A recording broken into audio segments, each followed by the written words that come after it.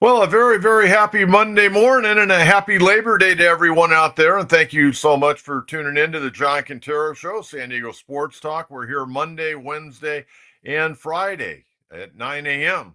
to catch you up on everything going on in the world of sports. At this time of the year, primarily, it's Padres talk, to be honest with you. I'll mix in, some college football. Boy, I watched a lot of college football over the weekend. Looking forward to watching Bill Belichick's first game at North Carolina tonight. But saw a lot of good football over the weekend. But I got to tell you, on Friday afternoon, we're going to my niece's wedding. And we're hustling around and we're going to pick up our oldest daughter, drive her out there before her husband was able to join. Her husband's going through the Sheriff's Academy right now.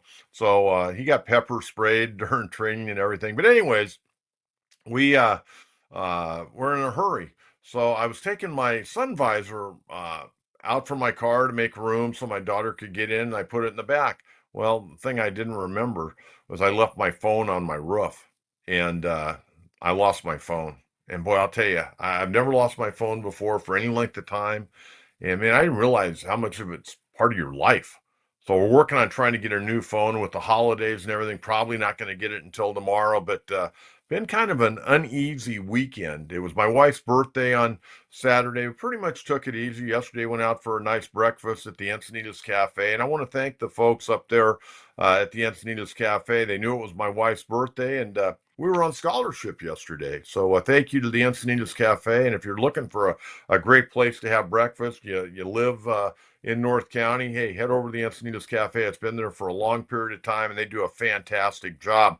We got a lot to get to, and we got something new for you today. And I want to talk about this a little bit because when I got in to doing podcasting, I had really no idea what I was doing. I had no idea how long or how short I was going to do it, but it's been going pretty well. And we're getting more and more subscribers. But I've had a lot of people ask me, how can we help support your channel, Coach? We love you. You're still being on the air. And not only are you on the air, but if we can't catch you, we can go back and later in the day or in the evening or even tomorrow, we can hear what you had to say about the Padres or the Aztecs or whoever. And so we came up with this. This is a Gold Glove member. And this is the way you can help support the channel. I'm not going to go out and try to sell sponsorships. If people wanted to sponsor the show in our listening audience, that's fine. You can contact me and we can do that. But here's a small way that you can help, help us out. Pay because we do have some bills with this show. But if you'd like to support the channel, keep everything rolling. You can click on where it says join for $2.99 a month. It would help us out and support the program. And I know not everybody can maybe even afford the $2.99, and I certainly understand that. But if you can, hey, be a part of the Gold Glove Member Club, and we would very much appreciate that. And you can go to your YouTube page where our show's at, and just click join and be a Gold Glove member. Just another way to support the channel. And again, just hit the join button on our YouTube page, and it'd be very much appreciated.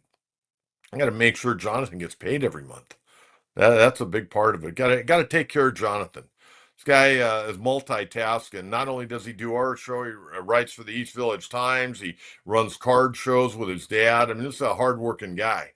But we'd really appreciate it. And again, we came up with this because a lot of you out there have, sent me Facebook messages or X messages, say, hey, how can we help you with the channel? Well, that'd be a great way to start.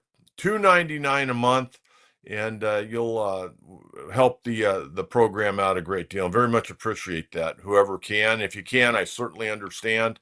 I know times are tough out there, but $2.99, I think for most people, they could probably afford that. So we'll keep reminding you of that. It's new; it just kind of came up with it here in the last couple of days.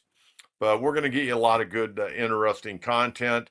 And we get out of baseball, so we'll get a few more guests on the program. But you know what? We're going to keep up to date on everything with the Padres, morning, noon, and night. And let's talk about our Padres. Not a great weekend. Really the game Saturday night, and I'm going to talk more about it later. Um, Rocco Baldelli pretty much handed the game to the Padres on Saturday night after he took out his starting pitcher. But nonetheless, I want to get you caught up in everything. Padres right now coming home, going to play an early game today on Labor Day against Baltimore. We know Baltimore's not a great team, but again, neither are the Minnesota Twins. Baltimore may be the most disappointing team in all of baseball this year for what was expected. Their manager, Brandon Hyde, got fired early in the year, but the Padres are 76 and 61. They remain 2 games back of the Dodgers. I got to tell you, the Dodgers on Saturday night. They got beat on Friday by Arizona. Zach Gallen pitched a really good ball game. But Saturday night, the Dodgers played one of the worst games I can remember them playing in years. And this is what I like about Dave Roberts.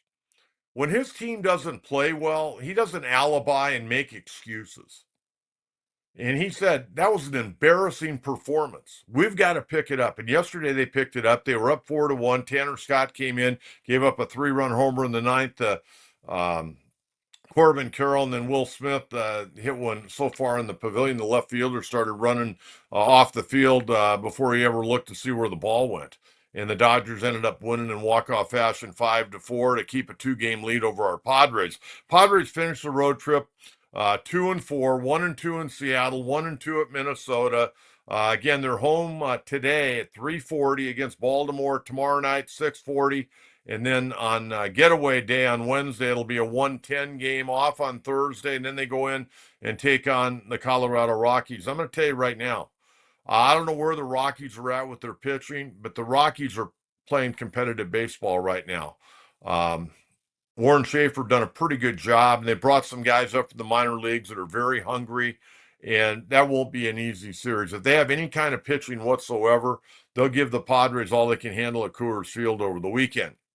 Now, just a couple of notes from where the Padres are at. August, Padres finished 16-12. Good month.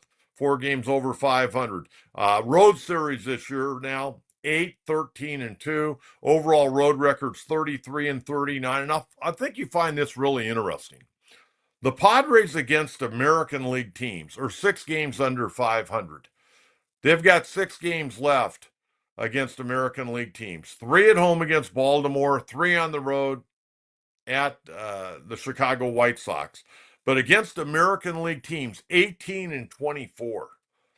And against National League teams, they've been amazing. They're 21 games over 500 against National League teams. They're 58-37. That's amazing. 21 games over 500 against the National League and 6 games under against the American League. And I'll be honest with you, the National League's a much stronger league. I think everybody would agree with that. I mean, there's a lot of teams that are fighting for playoffs right now that, deserve to be in the playoffs and that could win the World Series. Any of these teams that get into the National League postseason could win the World Series, including the Mets. Okay, and they're hanging on by a thread right now. But that's where the Padres are at right now. Padres still in second, in secure position for the playoffs. But hey, I want to win a division title. Wouldn't it be fun to win a division title and maybe finish with the second best record and not have to play in that wild card right out of the gate? Wouldn't that be nice? I think it'd be really nice. Okay, we got to get to Xander Bogaerts. And this came down just before the game on Friday. Xander Bogaerts placed on the IL 10 days, left foot, non-displaced fracture. He fouled it off. But you know what? I think he was having problems with that left foot prior to because he's been fouling it off. And I'm sure when he comes back, he'll be wearing a little guard on his foot. That's amazing. Even when guys wear guards, how the ball misses that guard from time to time. And having done that more times than not, and having caught a lot in my career, man, that's a painful injury. Painful injury. Well, Xander Bogaerts, Padres are 1-2 with him out of the lineup right now. I'm going to keep track of what their record is without Xander Bogaerts. Xander Bogaerts, hitting in 260s, really had a good year. He played very well at shortstop. Now, how are they going to fill in? Well, Iglesias is going to probably get the bulk of the work. but he got to start hitting. And the other thing, 35 years of age, he's not going to be able to play shortstop every day.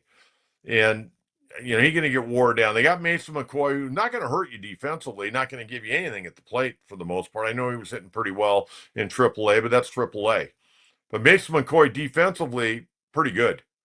Pretty good shortstop. We saw that a year ago, but not going to give you a whole lot offensively. So, Iglesias, you're going to have to, play him 2 days, give him a day off.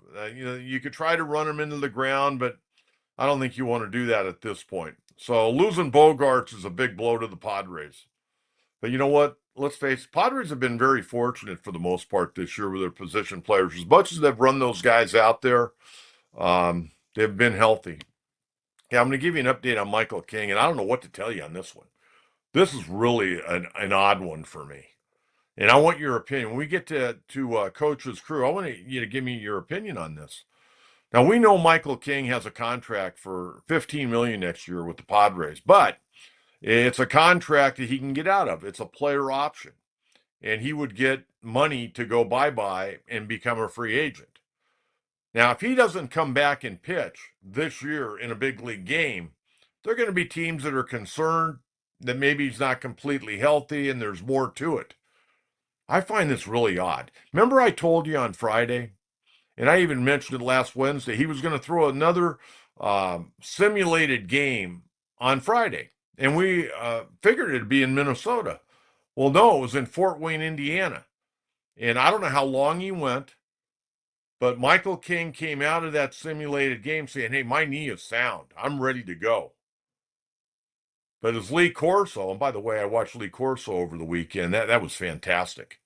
And he got his final prediction. He picked the Buckeyes to take down Texas, and he won his final headgear pick. But as Lee Corso would say, not so fast, my friend. The Padres and Mike Schultz said they're not ready to put him back into the rotation. They want to see more. They're concerned about moving around, covering bunts, fielding, covering first base, backing up bases. So now the game plan, unless it changes, and we know with the Padres, a lot of things change day to day because a lot of times from the manager, you don't get the real truth. He doesn't lie to you, but he really didn't say a whole lot. But it sounds like the next move is that he's going to throw probably another bullpen and then throw another simulated game, maybe over in Arizona with minor league seasons winding down, getting to the playoffs. So it tells me the way they're looking at this now, he may throw a couple of more bullpens, another simulated game. The earliest he's going to be back is probably the middle of September. And that's without any setbacks. Now, Michael King says he's ready to go. And the Padres said, no, you're not ready to go, which is kind of interesting. This is not a rookie pitcher. This guy's 30 years of age. He's been around the block, been a reliever, now a starter, and one of the best starters in baseball a year ago, and he's pitching well this year before he went down with that weird injury, that long thoracic nerve that wasn't firing, and then he comes back and hurts his knee. So I wonder what the conversation is. It sounds like there's a little bit of an issue there between Michael King and the manager, and we'll see where that goes. Kind of interesting on that because, hey, we were led to believe originally we thought he might even start Friday night's game in Minnesota, but they shipped him off to Fort Wayne to pitch a simulated game. He was back with the ball club on Saturday, so we'll see where that goes. Okay, now a couple of things. The rosters expand today. You can go to 28 players. Jackson Merrill more than likely going to be activated. I would 100% think he's going to be activated today. Okay, Jackson Merrill, he's had a rough year. Missed a month with a hamstring, missed more time with a concussion when he slid in head first, got hit in the head. That's why you don't go head first, man. Guys break hands and fingers and shoulders and all kinds of different stuff. But he got a concussion. And then the latest one, the left ankle with the bone bruise. So he's going to be activated today. Hitting 261, 9 homers, 51 RBIs, 730 OPS. Playing great center field still, but hadn't had a good year. and I'm not going to say disappointed, just hadn't been what he did a year ago. His resume says he should be doing more. But again, he's 23 years of age. Okay. Now, how much do you play him? How much do you play him? And what does that mean for Gavin Sheets? And let me give you some numbers here. And, like I said Friday, Jackson Merrill is a huge part of this Padre organization going forward. Huge. One of the cornerstones of the organization. And they got him under a long term contract. I totally get that. But we're trying to win now. And if you're a serious organization, you can't play a guy just for marketing purposes and because you got him on a long-term contract. You got to go with the hot hand. And I'm going to make a case right now for Gavin Sheets. Now, Ramon Laureano's done a good job. He's not the center fielder at 31 that Jackson Merrill is at 23. But the Padres need some offense. They need some offense against quality pitching. I don't know if this team can beat quality pitching on a regular basis. I mean, I watched Joe Ryan yesterday. That guy from Minnesota, that dude's tough. I saw some good pitching over the weekend. I saw Joe Ryan yesterday. He was fantastic. And I was like going, my God, this guy's tough. And I know he was coming off a two bad outing. Then I watched Yamamoto, the kid from the Dodgers, fantastic. And then last night I watched Aroldis Chapman pitch.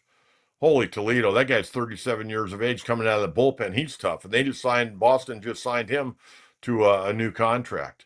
I mean, I saw some incredible pitching over the weekend. And I don't know if the Padres can beat really good pitching.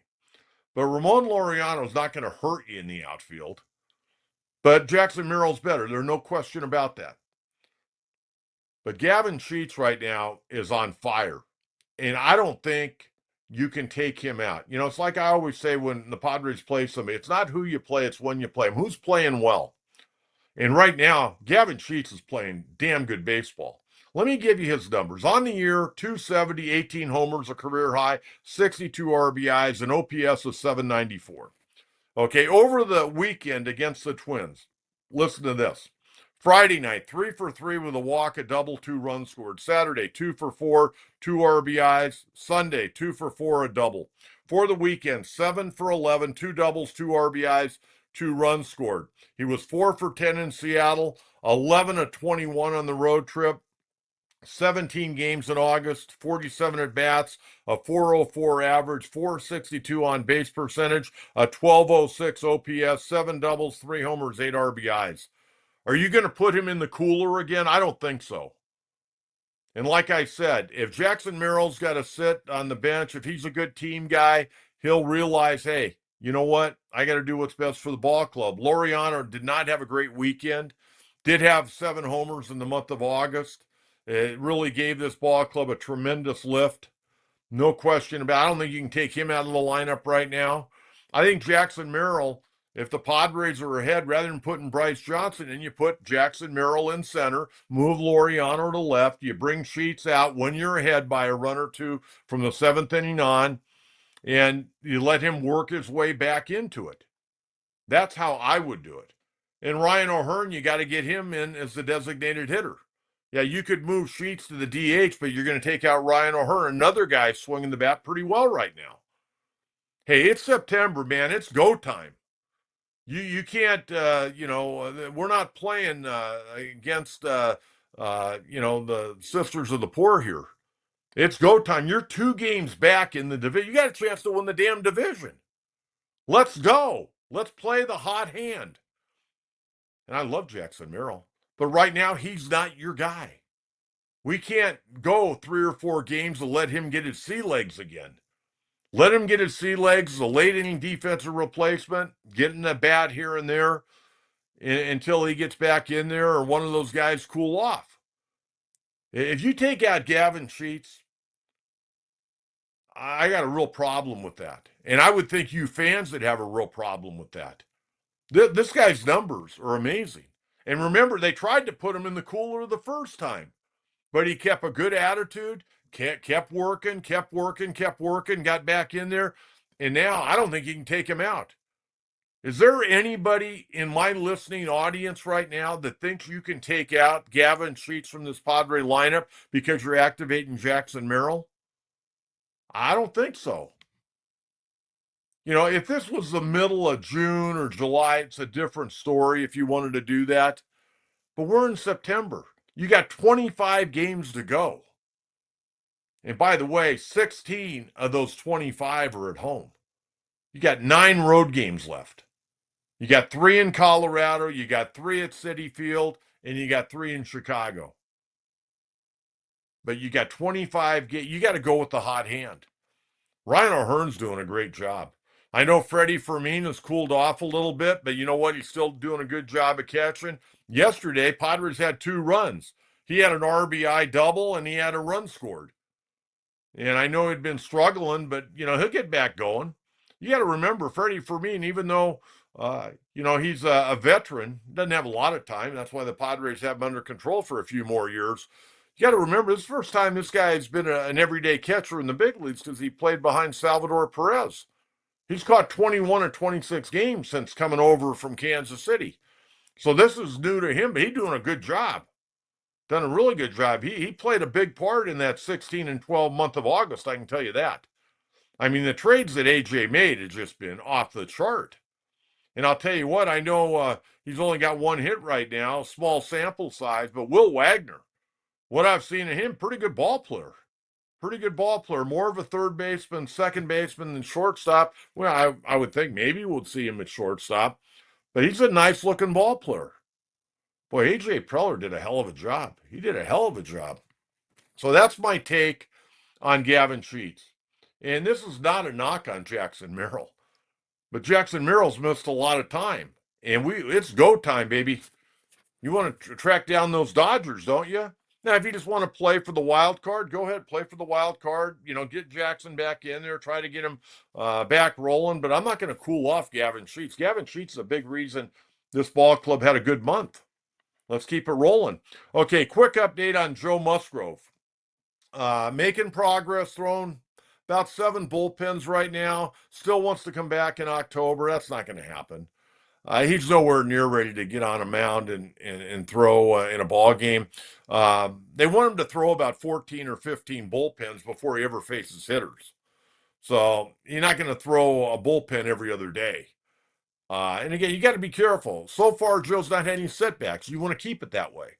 And I know he wants to come back. I totally get it. He's traveling with the ball club. He's always in the dugout, always trying to help the ball club in any way he can. But you got to temper his enthusiasm a little bit and not let him do too much. Sometimes you got to protect your ball players from themselves. But I think Joe's attacked this the right way. Big Joe Musgrove fan, as you all know. He said, hey, you know what? If I don't pitch in October, maybe I can pitch in the Arizona Fall League or a fall league, an instructional league, or maybe even go to winter ball. I don't see Joe going to the Dominican or Venezuela or any of that, but he's making progress. And I just wanted to let you know the guy still wants to pitch, but I don't think he's going to pitch at the big league level. Now, the other news, and we saw it yesterday in the 7th inning, Fernando coming in on that little parachute single out to right field. Pulled up, right hamstring tightness. Mike Schilt took him out of the ball game. They were getting beat at the time, 7-0. Take him out, get him hydrated, get him stretched out, get treatment.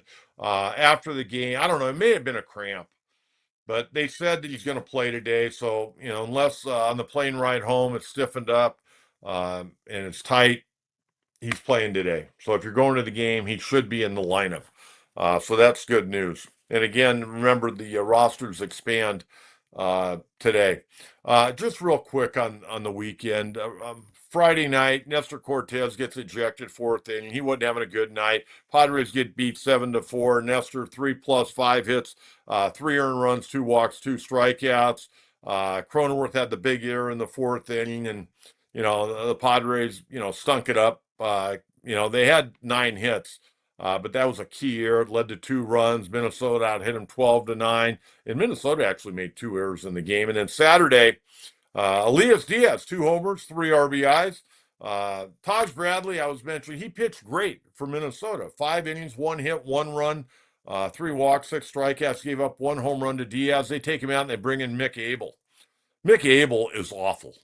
He pitched earlier this year for Philadelphia, and then he got traded. Remember he was the guy that just they were playing a doubleheader that day, I think, in Philadelphia, and he pitched one of the games. The guy couldn't throw strikes. He walked the entire city of Philadelphia that afternoon, and they had to get him out, and they ended up trading him. Well, I'm watching the guy the other night, and I'm going, man, this guy doesn't belong in the big leagues. He can't locate a fastball. He was all over the place, giving up hits and just terrible. And I go, you know what? If it was me and I was the general manager, uh, I would have to look deeper into his background, find out what his mental makeup is. But I would have thought that he possibly could have been DFA'd after that performance. I mean, it was that bad. If you watch the game on Saturday, and I don't say that about guy because I know how tough it is, but I saw this guy with Philadelphia, and he gets traded to Minnesota, and I saw the same crap. Yeah, I mean, they basically handed the game on Saturday night. Minnesota did to the Padres because Mick Abel was flat out awful. One inning, seven hits, six runs, five earned, a walk, a strikeout, and after the game, he didn't get DFA'd, but he did get shipped down to AAA. And you know what? Very much warranted. He's lucky he still got a job in baseball. That was such a pitiful performance. Make an adjustment, figure out how to throw a fastball for a strike. I mean, that guy was all over the place. It was embarrassing. And they're talking about expansion in baseball. Wow. Wow, that's pretty bad. And then yesterday, Minnesota jumped on them, beat them 7-2. Padres score a couple of runs there in the ninth inning.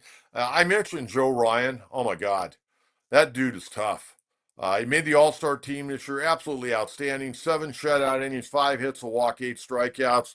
Really, really tough. He's 13-7 with a bad ball club, a 3.08 ERA. It's kind of interesting yesterday. And Mike Schilt, is it me? And I want you to tell me and be honest with me. To me, it seems like Mike Schilt is very thin-skinned for a major league manager. He was asked in the post game about Kyle Hart. Now, yesterday they brought Kyle Hart up. They sent Alec Jacob back to AAA. Probably going to bring up Sean Reynolds today. Randy Vasquez, I think, is like missing in action. Randy Vasquez did a good job for this ball club, and all of a sudden, he's persona non grata, it seems like. I don't know what's going on. Maybe they're trying to hold his innings down, but man, I don't know about that. But anyways, they start David Morgan, going to go a bullpen game. He goes great. He has two innings, a hit, couple of strikeouts, 29 pitches. They bring in Kyle Hart, who's supposed to be their bulk guy. Well, he gives up that home run to Byron Buxton, his career high 29th home run. Buxton, what a great player. If that guy could ever stay healthy, kind of like Fernando. And Fernando stayed healthy this year, but all of a sudden he's lost power. But Buxton, man, if that guy played, 140 games, 145 games a year for 10 years, he'd be a Hall of Famer. He's a talented guy. And apparently just an outstanding human being as well. Anyways, he gets a two-run homer in Kyle Hart's first inning. So Hart gets a batter on his second inning, and then gets it out. And here comes Mike Schilt. So he's pitched an inning and a third. He's your bulk guy. And Mike Schilt takes him out. And then you run through Jeremiah Estrada, who gave up a walk and a hit, and a run came around. So Kyle Hart got tagged with another run, even though when he left, the runner was on first base. Estrada went two-thirds. Wandy Peralta wasn't very good yesterday. He won an inning. Yuki Matsui had two innings, two hits, and a run. And then Mason Miller came in to, get a little work in. But Mike Schilt was asked basically about, Kyle Hart being taken out. And Mike Schilt kind of took umbrage with it a little bit and then said, well, he got to the guy we wanted him to get to. So is Kyle Hart only thrown to like seven batters, something like that?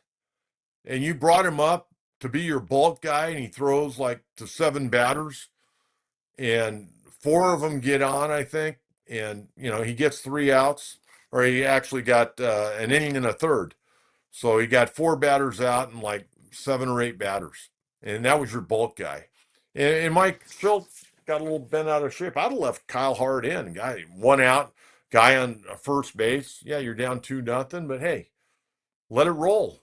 So Mike Schultz to me, man, if this team was like 5 or 10 games under 500, he might have a complete meltdown. I mean, the way he talks back to the media, and I don't know, he thinks he's funny, and he's really not.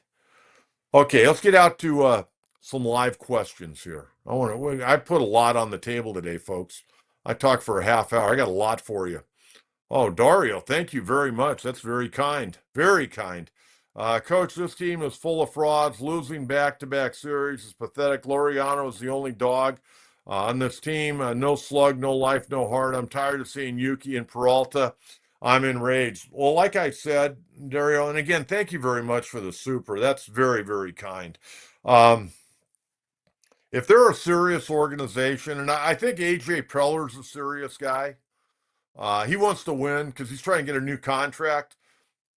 Gavin Sheets got to be in there. Gavin Sheets playing well. I think they've got more dogs than you think. I just think the guys aren't playing very well. Manning's got to pick it up. I mean, Manning's not exactly busting it on the bases these days. I don't know if he's got some kind of injury or what, but he had a miserable month of August. Miserable month of August. He's got to do better. And you know what? I'm probably the only guy in San Diego that will, I don't want to say call out because I don't like calling out anybody. But Manny Machado's got to play better. It's that simple. I mean, we're in September. I mean, the real stars shine in the month of September and then going into October. And Fernando, you know, he got on base a lot, still not hitting with much power. He got a few doubles here and there. Laureano's played great. Cronenworth had a great month. I've been on Cronenworth most of the year. Cronenworth had a hell of a month. Hit almost 300 for the month of um, August and had an on base percentage, I think, at 400 or better. So you got some guys that are doing pretty well, but some of the big name guys, Arise had a miserable month. Bogarts wasn't having a great month before he went out. You know, he's getting a hit here and there, but O'Hearn's done a good job. And you mentioned Laureano. Laureano, 7 dingers in the month of August since coming over from Baltimore. That'll be kind of interesting. You got O'Hearn and Laureano going against their old ball club this week. But yeah, Yuki's a mop up man. You're not going to put Yuki in any type of high leverage situation unless a bunch of guys have pitched 3 days in a row. Peralta kind of hit or miss. He had a good year numbers wise, but he's also had some big blowups. I'm not happy with the way this ball club's playing. You got to play better. You got to play with a sense of urgency. I think if you watch the Dodgers on Saturday night, they look tired and old. No pep in their step. Yesterday, I saw a different Dodger ball club. By the way, they're off today. They go to Pittsburgh, and on Thursday, it's gonna be Blake Snell going against Paul Skeens. That ought to be a heck of a matchup. But again, the Pirates are out there trying to spoil a lot of playoff teams' party. So we'll see what the Dodgers do in Pittsburgh. They haven't fared in Pittsburgh all that well the last few years, I don't think. But Dario, we'll see what today brings. You lose the first game of this series to Baltimore. Oof. You'd be down 2.5 games. Not good. And remember, Dodgers have the tiebreaker because they went 9-4 against the Padres this year.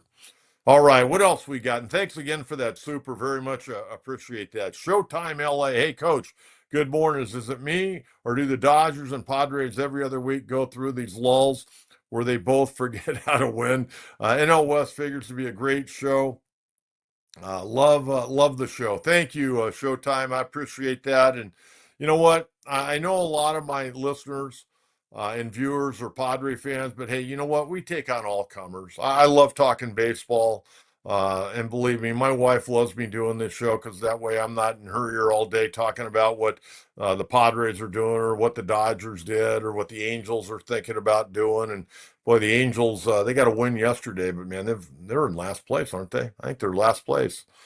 It's going to be interesting. Ron Washington wants to come back next year. That'll be interesting. But yeah, the Dodgers, like I said last week, the Dodgers, they feel their season opens up on October 1st. Otani's not swinging the bat all that great. Teoscar Hernandez has been awful for the Dodgers. Dave Roberts gave him a day off yesterday. He looked bad. He'll get 2 days off because no game today. Freddie's still right there. Him and Trey Turner vying for the lead right now in the National League batting title. Mookie's doing a good job. They're hoping to get Muncy back. A little birdie in my ear told me they may be getting Tommy Edman back next Saturday, but I haven't even heard about Tommy going out on a rehab assignment. I know the Dodgers as well as I know the Padres because I want to know my opponent. All right, Showtime. Thank you very much. Very much appreciate that. Got a lot of respect for the Dodgers. Of course, I'm real good friends with Dave Roberts as well. Casey King, happy Labor Day, Coach. Boy, I can't figure out my Dodgers. They seem to stoop to low end teams. I hear the Dodgers picked up Andrew Heaney. What do you think of the pickup? I did not see that sign. I saw Walker Buehler last night sign with Philadelphia. Uh, you know what? Andrew Heaney is a guy that they could probably pitch at the very end of the season. I don't see him being on the playoff roster, but they'll pick him up and they'll get some innings out of him and then probably DFA him. I mean, the Dodgers, you know what? The Dodgers, I guarantee you, they don't pick guys up just to pick them up. They probably have watched Andrew Heaney pitch for the Pirates this year, and they've seen something that he's doing that they want to correct and make him a little bit better. That's the great thing about the Dodgers and why they have so much success bringing guys in. They always have a game plan on how they're going to tweak guys. And Andrew Heaney would be a guy. Andrew Heaney's got a lot of experience, but the Dodgers right now, they got too many starting pitchers. I mean, they had Emmett Sheehan in the bullpen yesterday. Not that he was going to pitch, but he was sitting down there getting a sunburn. But they got like 6 starting pitchers. That's including Otani. So we'll see what goes on with the Dodgers in Pittsburgh. They struggle against the Buccos. Boy, that's a beautiful ballpark, PNC Park. I've never been there. I've just seen all the pictures and the skyline. It's beautiful, absolutely beautiful. All right, Casey, have a great day. Thank you very much. And again, happy Labor Day to everyone out there. Chris, the ebbs and flows of baseball and the dog days of summer. Now that September's here, I believe the Padres will kick it into gear and get back to winning the series. Baseball is a grind. Baseball is a grind, and that's the key word, grind. My wife hates the word grind because I've been talking about grinding for 42 years. Every day, man, you got to grind. And if you're good at what you do, you got to grind every day. I don't care if you're a computer operator, a night watchman, a night janitor, you got to grind, or as a talk show host. And boy, baseball is. But you know what? You get to the month of September, you see the finish line. It's not the marathon; it's more of a sprint because baseball is a marathon. But man, when you got 25 games to go, and if you're the Dodgers, you're 2 games up, Padres, you're 2 games back. Man, every at bat, every ground ball, every fly ball, every pitch does matter. I mean, it is so much fun to when I get my phone back where I can watch scores constantly, rather than having to go get my computer. But this is a fun month. It's a fun month, and it's really fun when your ball club we know is going to the playoffs, but can we win a division title? That's what I want to see. But hopefully the boys can have a good series against Baltimore. You know, it's really weird. The Padres, they got 3 games at home against Baltimore. They get an off day on Thursday, and then boom, they go to Colorado. Then they're back home. And they got Cincinnati for 3, Colorado for 4. Then they go on the road for 3 at Citi Field against the Mets, 3 at Chicago against the White Sox. And then they finish up at home with 3 against Milwaukee, 3 against the Diamondbacks. Watching the Diamondbacks against the Dodgers, they got some guys playing hard. Torey Lovell still got his ball club playing really, really hard. In that series, the second to last series against Milwaukee, you got to wonder I mean, they're going to have it all clinched.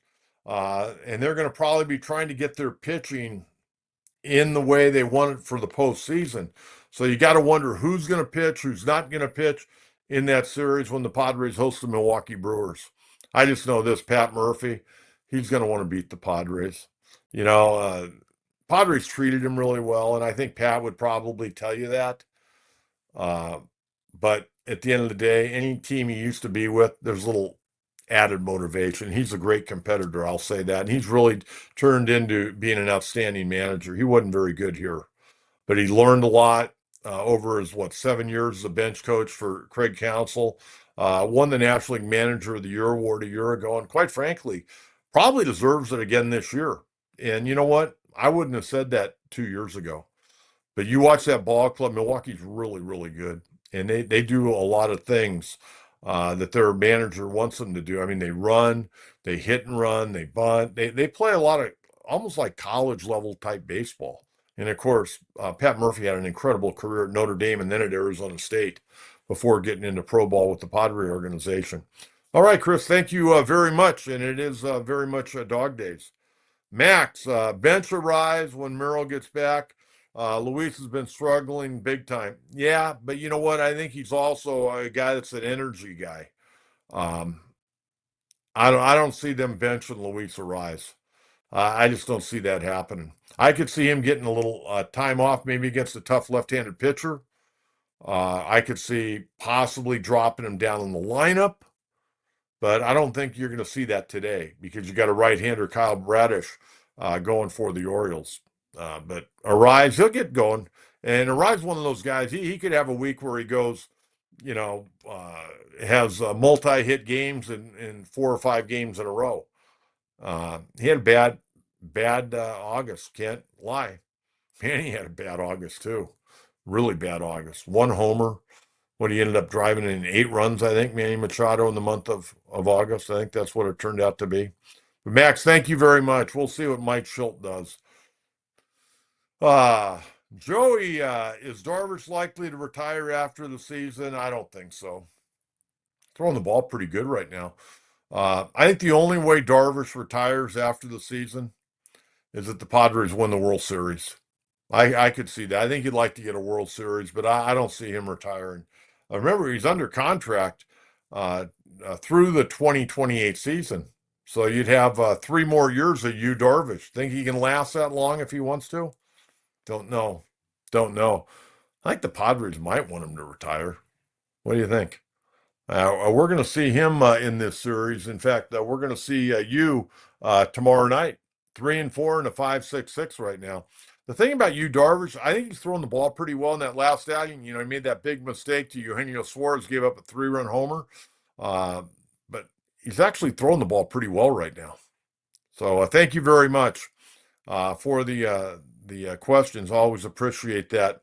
Okay, Baltimore Orioles in town, 61 and 76.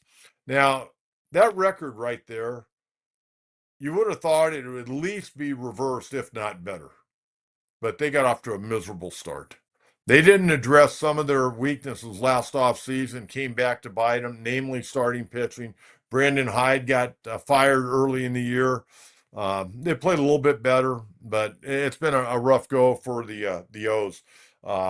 So we'll see what they bring to the table if their guys are already looking to go on vacation. But they still got a lot of good, young, talented players. Tonight at 3:40, actually today, right-hander Kyle Bradish, 0-1 and a 3. He's only pitched one time this year. He's coming off Tommy John surgery and pitched great. Took the loss, but how about this?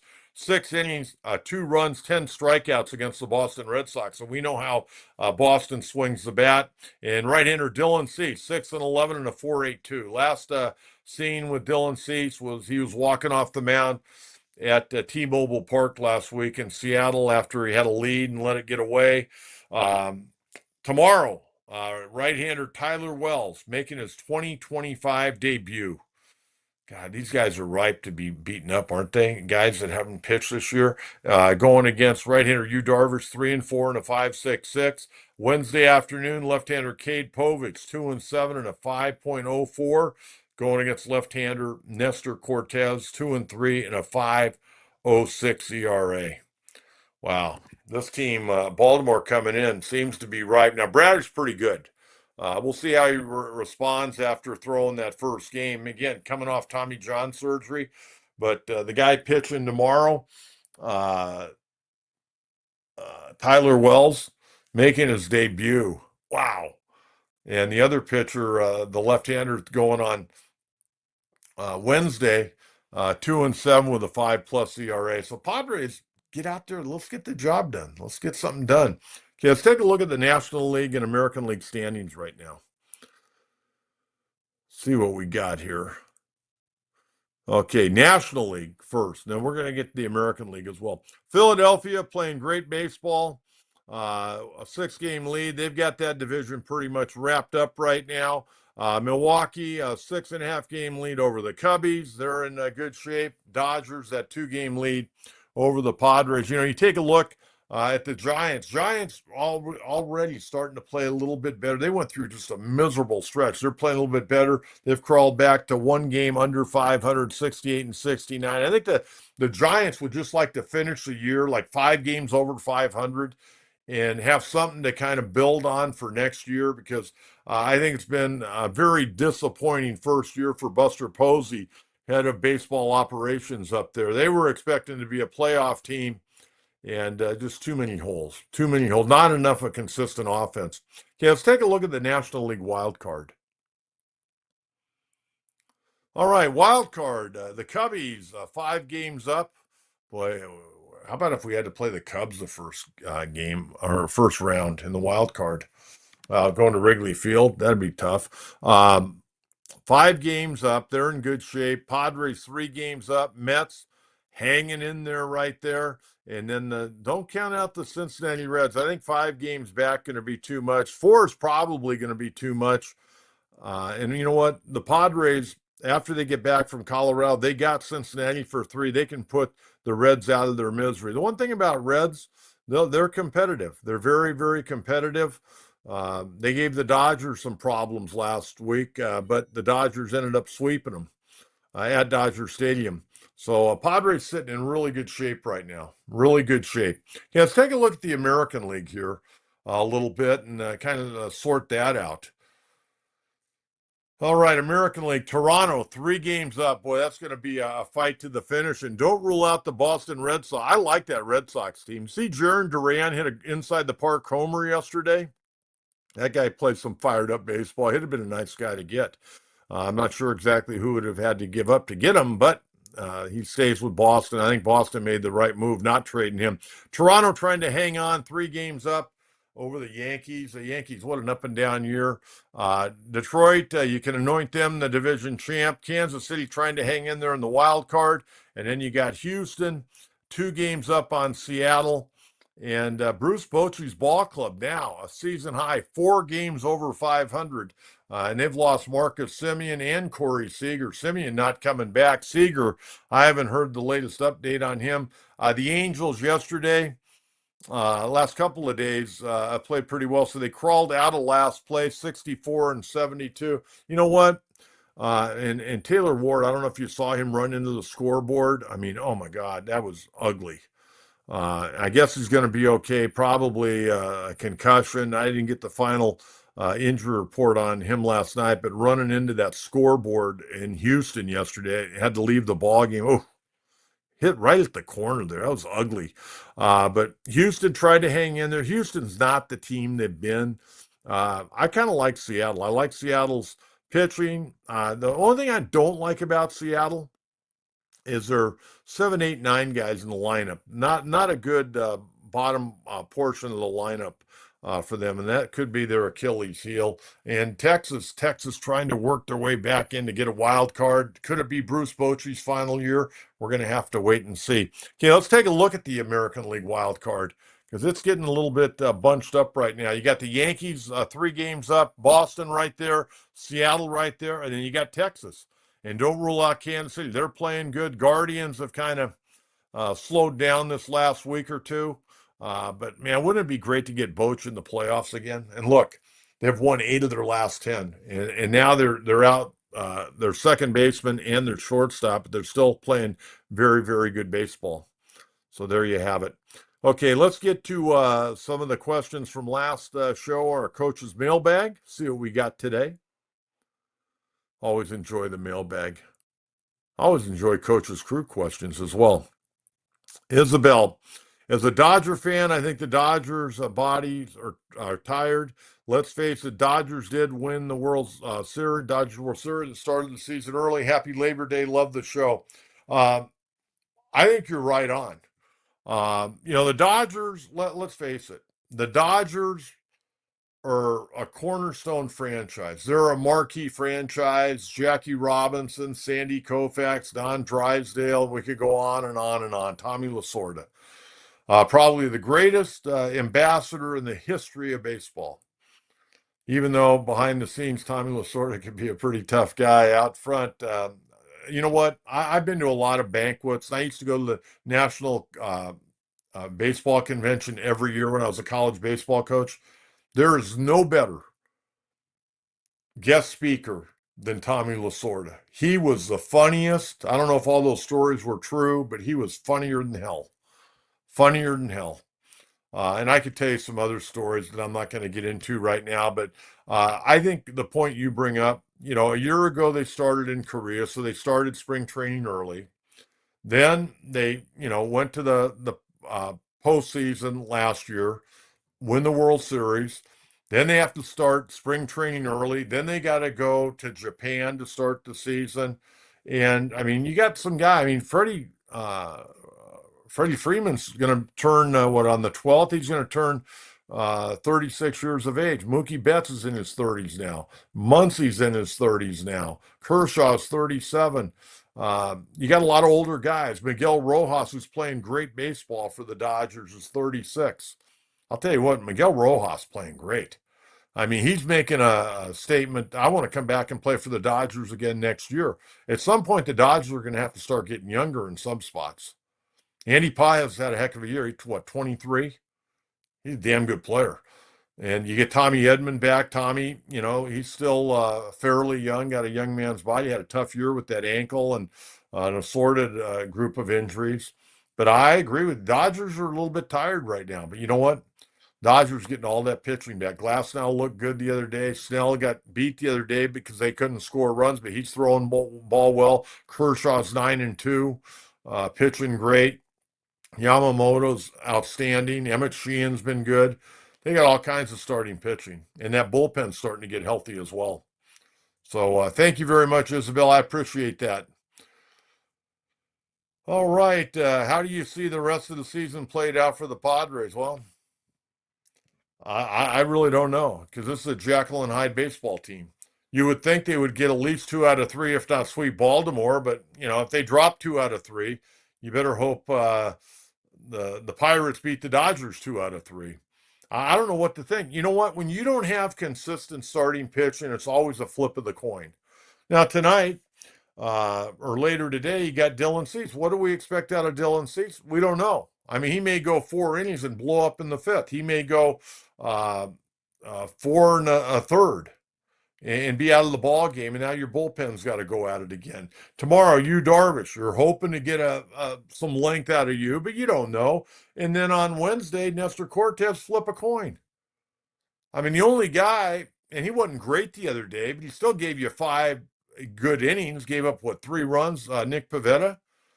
I mean, Pavetta's been the bell cow of this staff, and I think he probably will be. Guy pitches with a little bit of an edge, which I like. But that's what we got right there. All right, we got anything else? Got another one. What are the odds we get Padres versus Dodger playoff series? Baseball fans, that would only be too good. Wouldn't that be great? That would be unbelievable. I think it's a possibility, but too early to tell. But I mean, I wouldn't be able to sleep the night before. I wouldn't be able to sleep the entire series. I mean, I'm 67 years old, people, and I still look at this game as a little kid. And I guess when you're a true fan, you do. I mean, I'm excited about today's game at 3:40. It's another opportunity to get a win. And when the Dodgers off, I know it all comes out in the wash. Both teams have 25 games to go.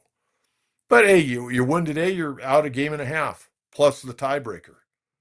But you know what? It puts a little more pressure on the Dodgers. We want to keep pressure on the Dodgers. And if we do that, maybe the ball will bounce our way. But you can't have these series where you lose to less than 500 ball clubs. And I mentioned against National League teams, the Padres this year are 21 games over 500. Against American League teams, they're 6 games under 500. I know the lineups are built a little bit different in the American League, But the National League right now is a stronger league. There's no question about that. It's a stronger league. All right, we got anything else? All right, will the Aztecs become bowl eligible this season? Very good question. You know, they're playing Washington State, and I don't think Washington State's great. They eked out, what, a 13-10 victory the other night over Idaho? Wow. Wow, that's not going to stop the presses. We'll know more about the Aztecs after Saturday night. I would hope they could win 6 games. Their non-conference schedule's not easy. They got Cal after Washington State. Then they got to go to Northern Illinois and the MAC. That won't be easy. Colorado State won't be a layup. Boise State, San Jose State. I mean, they got a tough schedule. They really do. Their non-conference schedule is not a cupcake schedule. Now, if you had a team like you had, 4 or 5 years ago when Rocky Long was here, it's a very manageable schedule. But right now, you're trying to rebuild this program. Brady Hoke left this place in a disaster, and Sean Lewis, took the hits last year by going 3-9 and trying to get this thing up to speed. Good win over Stony Brook, but that's what you should do to a par Division I program, lower level program. I thought Stony Brook would be a little bit better than they were, but I don't want to take away from what the Aztecs got done. Their defense was great. They held Stony Brook to 95 total yards. I would hope that they're 6-6. You go 6-6, that's much improved. That means you've won some pretty good football games against some good people. Thank you very much. Good to hear an Aztec call. Okay, I want to remind everyone, and we're going to put the other graphic up as well. We've had a lot of people ask me, Coach, how can we support the show? Well, we came up with this. Look, be a Gold Glove member, $2.99 a month. You can see right there, you go to the YouTube page, and that'll pop up. Just hit join and give them their information, and we very much would appreciate that. Very much appreciate that. And more than anything else, I appreciate your loyalty and sincerity. We've really done a nice job, I think. I show up, Jonathan shows up, but you fans have showed up. And this would be a way to support the channel and very much appreciate it. Be a Gold Glove member, another way to support the channel. And again, just hit the join button on your YouTube page.